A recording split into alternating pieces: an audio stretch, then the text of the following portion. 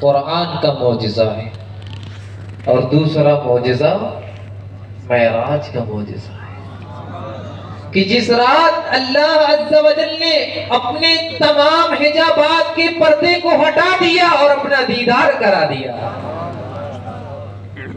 اللہ پاک نے وہ سعادت بھری رات ہم سب کو عطا فرمائی ہے کہ یہ رات جو آج 27ویں رجب کی رات ہے کہ آج شان مصطفیٰ جان رحمت صلی اللہ علیہ وسلم کے بیان کرنے کا وقت ہے کہ آج رفعت مصطفیٰ صلی اللہ علیہ وسلم کے اظہار کا وقت ہے، آج امامت انبیاء کی رات ہے، آج کی رات معراج مصطفیٰ صلی اللہ علیہ وسلم کی رات ہے، بلکہ یوں کہو کہ آج وہ رات ہے کہ اس رات براق کو خدمت مصطفیٰ صلی اللہ علیہ وسلم کی معراج ہوئی، یعنی براق جس سواری پہ آپ صلی اللہ علیہ وسلم معراج کی طرف گئے، اس براق کو بھی آج کے رات میں سرکار دو عالم صلی اللہ علیہ وسلم کی خدمت کا موقع ملا۔ آج ساتوں آسمانوں، وہاں کے فرشتوں، جنت اور دوزخ کی تمام نعمتوں، وہاں کے حوروں، بلکہ حق تو یہ ہے کہ عرش اعظم کے لیے بھی آج معراج کی رات ہے۔ ہاں، سرکار دو عالم صلی اللہ تعالی علیہ وسلم جسے مصطفیٰ جان رحمت صلی اللہ علیہ وسلم کے قدم چومنے کی حسرت تھی، وہ عرش بھی اس بات کا خواہاں تھا کہ اے اللہ عز و جل، جس کو تو نے اپنا حبیب فرمایا ہے اسے بھی مجھے اپنا دیدار کرانے کی توفیق عطا، اس کے قدم مبارک کو چومنے کی تو مجھے سعادت عطا فرما دے۔ سبحان اللہ۔ اور اللہ پاک اس معراج کو قرآن پاک کی پارہ نمبر 15 سورہ بنی اسرائیل میں واضح لفظوں میں ارشاد فرماتا ہے، اللہ فرماتا ہے سبحان الذی اسری بعبدہ لیلا من المسجد الحرام الی المسجد الاقصی۔ اللہ کیا فرماتا ہے؟ سبحان الذی اسری بعبدہ لیلا من المسجد الحرام الی المسجد الاقصی الذی بارکنا حولہ لنریہ من آیاتنا انہ هو السمیع البصیر۔ اللہ پاک فرماتا ہے کہ پاک ہے وہ ذات جو اپنے بندے کو راتوں رات لے گیا مسجد حرام سے مسجد اقصی تک، جس کے ارد گرد ہم نے برکتیں رکھی ہیں، اور ہم اسے اپنی عظیم نشانیاں دکھائیں گے، بے شک وہ سنتا اور دیکھتا ہے۔ اگر اس آیت کو ہم سامنے رکھیں اپنے، تو جب کسی بندے کے سفر نامے کو بیان کیا جاتا ہے تو اس میں 9 چیزیں بیان کی جاتی ہیں کہ سفر کس نے کرایا، سفر کس نے کیا، سفر دن میں ہوا یا رات میں، سفر کا آغاز کہاں سے ہوا، سفر کتنی دیر میں ہوا، سفر کس طرف کیا گیا، جس طرف کیا گیا اس جگہ کی خصوصیت کیا تھی، اور سفر کس لیے کیا گیا، سفر ضرورت کی وجہ سے بندے نے کیا یا سیر کے لیے، تفریح کے لیے، سیر کے لیے بندے نے کیا۔ تو اللہ پاک نے اس قرآن میں، اس قرآن کی پہلی جو یہ ہم نے آیت پڑھی ہے، اللہ پاک فرماتا ہے کہ سفر کس نے فرمایا، سفر کس نے کرایا، فرماتا ہے سبحان الذی۔ سفر کرانے والا کون ہے؟ سبحان ہے۔ پھر اللہ فرماتا ہے سفر کس نے کیا، فرمایا بعبدہ، اس کے خاص بندے نے کیا ہے۔ کون کر رہا ہے؟ اس کا خاص بندہ کر رہا ہے۔ آپ اس آیت کے جو الفاظ کو میں سمجھانا چاہتا ہوں، آپ سمجھیے، اس بات کو توجہ سے دیکھیے، اس کے بعد وہ موتیاں آپ دیکھیں گے کہ آپ کا ایمان آج تازہ ہو جائے گا۔ اور سفر دن میں ہوا یا رات میں، تو فرمایا اسرا، رات کو سفر فرمایا۔ پھر سفر کتنی دیر میں ہوا، فرمایا لیلاً، رات کے تھوڑے سے حصے میں ہوا۔ پھر فرمایا سفر کا آغاز کہاں سے ہوا؟ فرمایا من المسجد الحرام، اس سفر کی ابتدا مسجد حرام سے ہو رہی ہے۔ پھر اللہ فرماتا ہے سفر کس طرف ہوا ہے؟ فرمائی الی المسجد الاقصی، یہ سفر مسجد اقصی کی طرف ہے۔ پھر اللہ عز و جل اس سفر کی خصوصیت یہ فرماتا ہے کہ مسجد اقصی کی خصوصیت کیا ہے؟ اللہ فرماتا ہے الذی بارکنا حولہ، کہ وہ ایسی مسجد ہے کہ جس کے ارد گرد ہم نے برکتیں رکھی ہیں۔ یہ مسجد اقصی کی خصوصیت ہے۔ اور سفر کس لیے فرمایا لنوریہ من آیاتنا، کہ میں نے اپنے حبیب کو یہ جو سیر کرائی ہے اس وجہ سے کرائی ہے تاکہ ہم اسے اپنی نشانیاں دکھائیں۔ پھر اللہ فرماتا ہے کہ سفر تھا یا سیر؟ فرمایا اسرا، رات کی سیر کے لیے لے کر گیا۔ اب یہاں لفظ سبحان کو سمجھنے کی کوشش کیجئے گا کہ اللہ تعالی اس آیت کے شروعات میں، یعنی سفر معراج کی شروعات لفظ سبحان سے فرما رہا ہے۔ یعنی انتہائی قلیل وقت میں اتنی عظیم الشان سیر کرا کے واپس لے آنا عادتاً محال ہے، کہ مسجد حرام سے مسجد اقصی تک کے اس دور میں اگر سفر کیا جاتا تو 1 مہینے کی مسافت میں بندہ سفر کر کے مسجد حرام سے مسجد اقصی پہنچتا تھا۔ اور مسجد حرام سے جب بندہ مسجد اقصی 1 ماہ میں پہنچتا تھا تو ظاہر سی بات ہے کہ 1 ماہ جو ہے واپسی میں بھی لگے گا۔ تو یعنی اللہ عز و جل نے جو لفظ سبحان فرمایا کہ یہ تو بندے کی بس کی بات نہیں ہے کہ 1 مہینے کے سفر کو رات کے تھوڑے سے حصے میں کر لے۔ یعنی اس رات کو جو سفر کرانے والی ذات ہے وہ سبحان الذی، یعنی وہ رب عز و جل کی ذات ہے جو سفر کرانے والی ذات ہے۔ پھر سنیے عمدۃ القاری میں ہے والمعنى اصبح اللہ الذی اسرا بعبده ای انزہ من جمیع النقائص والعیوب کی تفسیر عمدۃ القاری میں جو صحیح بخاری کی شرح ہے اس میں علامہ عمدۃ القاری رحمت اللہ تعالی علیہ فرماتے ہیں کہ سبحان الذی اسرا کا یہ معنی ہے کہ وہ ذات ہر عیب و نقص سے پاک ہے جس نے اپنے بندے کو معراج کرائی ہے۔ بولیے نا بھائی، اور تیز بولیے نا، اور تیز بولیے سبحان اللہ۔ حدیث میں ہے کہ جو 1 مرتبہ سبحان اللہ کہتا ہے اللہ پاک اس کے نام کا جنت میں ایک درخت لگا دے۔ سبحان اللہ۔ اب آپ کا کام ہے کم درخت لگوائیے زیادہ۔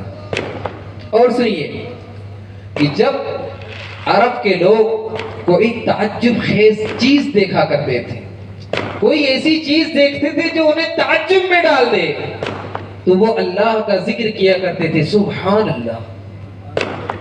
تو تفسیر روح البیان میں ہے کلمۃ سبحان للتعجب بها يشير الى عجب امرئ من اموره تعالی جرى بينه وبين حبيبه، کہ یہ معراج کی رات جو اللہ عز و جل نے رات کے تھوڑے سے حصے میں اپنے حبیب کو مسجد حرام سے مسجد اقصی تک کے دیدار کرایا اور اس کے بعد 7 آسمان کے اوپر لے کر گیا، یہ بھی ایک ایسی تعجب خیز بات تھی جو عرب کے لوگ دیکھتے تھے تو سبحان کا لفظ فرمایا کرتے تھے۔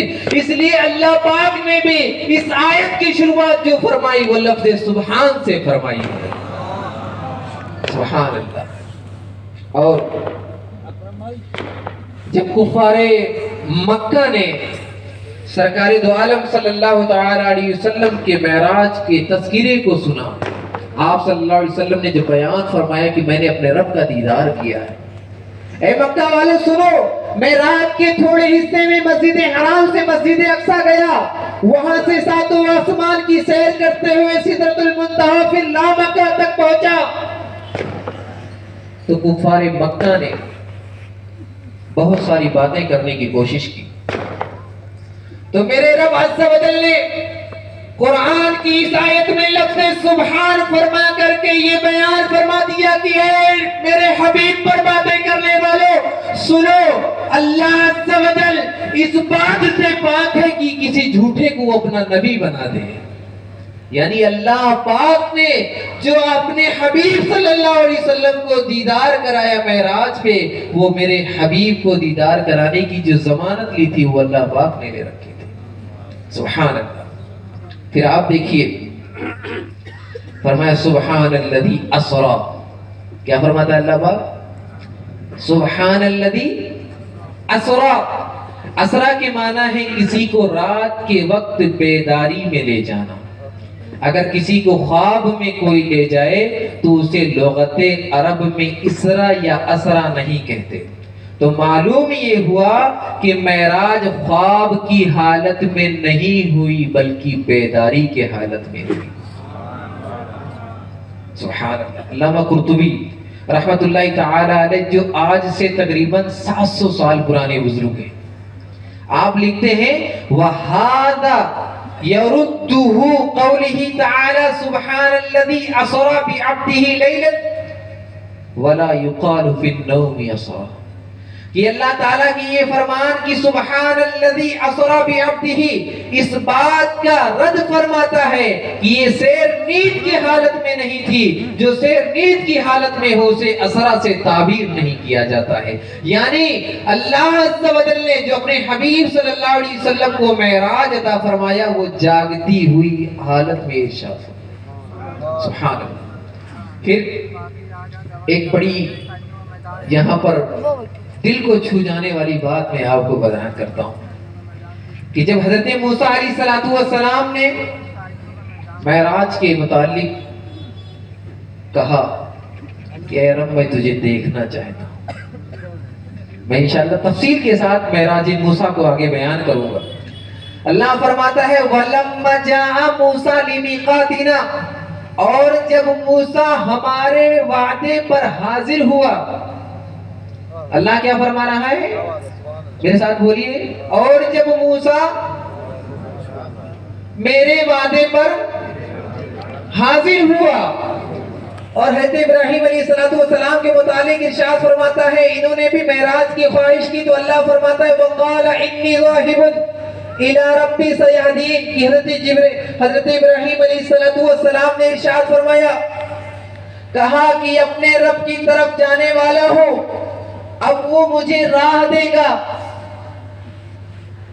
حضرت عیسیٰ علیہ السلام معراج کے لیے کیا کہہ رہے ہیں؟ اللہ فرما رہا ہے کہ وَلَمَّا جَاءَ مُوسَىٰ لِمِيقَاتِنَا، کہ موسیٰ ایک مقررہ وقت پر حاضر ہوا. اور حضرت موسیٰ علیہ السلام چل کر جا رہے ہیں اور فرما رہے ہیں کہ ان قریب میرا رب مجھے راہ دے گا. قربان جائیے میرے آقا صلی اللہ علیہ وسلم پر.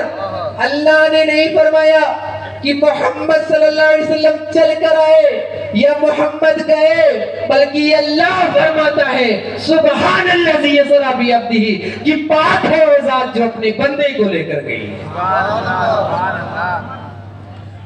موسیٰ علیہ السلام ایک وقت پر جا رہے ہیں، ابراہیم علیہ السلام جا رہے ہیں. اللہ پاک نے اپنے حبیب کے متعلق فرمایا، کیا فرمایا؟ سبحان الذی اسری بعبدہ، کہ پاک ہے وہ ذات جو اپنے بندے کو لے کر گئی. سبحان اللہ. اور سنیے کہ سرکار دو عالم صلی اللہ علیہ وسلم کو اللہ تعالیٰ نے کس طریقے سے کمالات عطا فرمائے. فرمایا عبدہ سبحان الذی اسری بعبدہ. یہاں پر عبد فرما کر کے اللہ پاک نے ارشاد فرمایا کہ یہاں روح مال جسد ہے، یعنی صرف روح پر معراج نہیں ہوئی بلکہ اللہ تعالیٰ نے عبد فرما کر یہ بیان کر دیا کہ معراج جاگتے ہوئے ہوئی نہ کہ سوتے ہوئے. علامہ قرطبی رحمت اللہ تعالی علیہ ارشاد فرماتے ہیں وَلَوْ كَانَ مَنَامًا لَقَالَ بِرُوحِ عَبْدِهِ وَلَمْ يَقُلْ بِعَبْدِهِ، کہ اگر معراج نیند کی حالت میں ہوتی تو اللہ پاک بھی عبدہ نہیں فرماتا، بلکہ اللہ فرماتا بروح عبدہ، اپنے بندے کی روح کے ساتھ اس نے معراج کرائی۔ تو یہاں پر اس بات سے یہ پتہ چلی کہ اللہ پاک نے جو اپنے حبیب صلی اللہ علیہ وسلم کو معراج کرائی وہ جسم کے ساتھ کرائی۔ اور عبد فرما کر یہ بھی بیان فرما دیا کہ معراج روحانی نہیں بلکہ جسمانی ہے۔ سبحان اللہ۔ اور یہاں پر عبد فرما کر کے اس بات سے بھی امت کو بچایا۔ وہ بات کیا تھی کہ جب حضرت عیسیٰ علیہ السلام کو اللہ پاک نے آسمان میں اٹھایا تو عیسائی گمراہ ہو گئے اور آپ کو خدا کر بیٹھے، یعنی ان کے ذہن میں یہ کانسیپٹ آ گیا کہ یہ خدا ہے۔ تو اللہ پاک نے اس امت کو گمراہی سے بچانے کے لیے عبد فرما کر یہ بیان فرما دیا کہ جو معراج پہ جانے والا ہے وہ کوئی اور نہیں ہے بلکہ وہ میرا بندہ محمد رسول اللہ صلی اللہ علیہ وسلم۔ سبحان اللہ۔ اور ایک اور زبردست بات یہ سنیے کہ اللہ پاک نے لفظ عبد کیوں فرمایا؟ بھی رسول بھی فرما سکتا تھا، بھی نبی ہی بھی فرما سکتا تھا، لیکن اللہ پاک نے عبد فرمایا۔ عبد اس وجہ سے فرمایا کہ عبدیت اشرف الاوصاف ہے، یعنی یہ جو بندگی ہے یہ تمام صفتوں میں سب سے بڑھ کر صفت ہے کہ وہ بندگی ہے۔